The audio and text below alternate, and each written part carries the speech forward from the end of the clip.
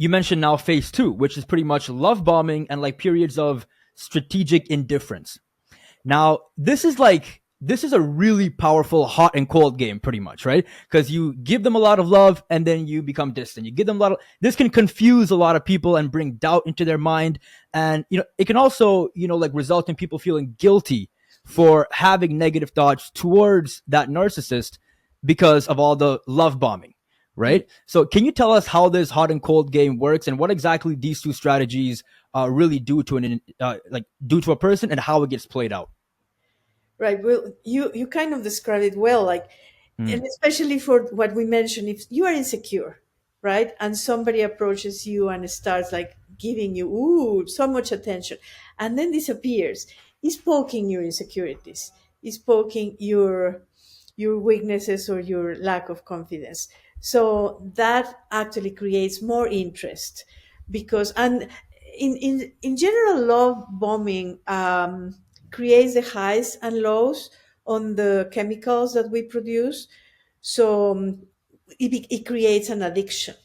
This roller coaster of hormones and neurotransmitters creates a dependency. Like I need, so I feel bad when this person disappears, but then they come back and they give me all this high, and then they disappear again. So it's like not having the drug. So the drug Mm. becomes indispensable. Okay, so it's like an emotional roller coaster, pretty much. That gets addicting, right? Right. Yeah. Okay. So that's a Okay. perfect way to trap them, to make them interested in them at the beginning and during the relationship. But at the beginning is more important because this person needs to become dependent on them, right? Yeah.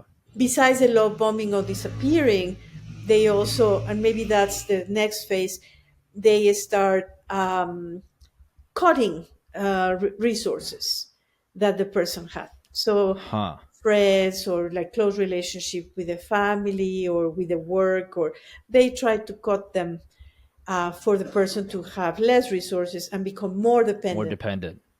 Got it. Okay, so yeah, make them weaker by like slowly, like isolating them pretty much, right? And yeah, okay, making them fully dependent. Now, how can a person figure out if they're being love bombed? Like, how do you know when it's genuine and when it's not?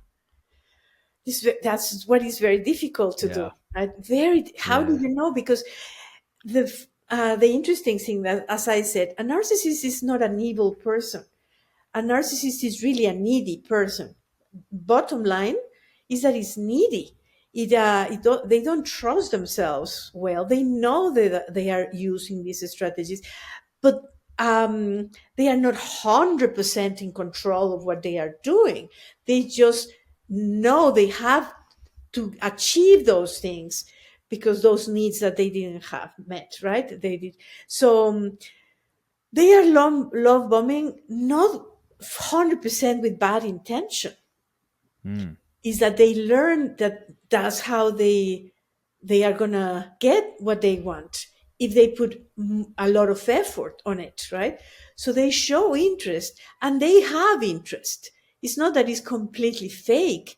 It's that they are interested in getting this person to like them because we know that they are not completely confident about themselves. So they don't know if they are going to be liked. So they have to try harder in order to be liked. So they show like the what's the bird that opens Oh, and like a peacock. the peacock, right? Yeah, peacocking. Yeah. They need to show their beauty, whatever that means. Yeah. And love bombing is one of them.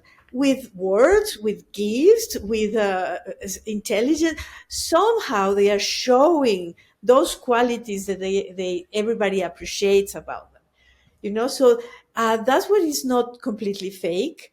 Mm. Um, and the person doesn't know that they are dealing with a narcissist. Yeah.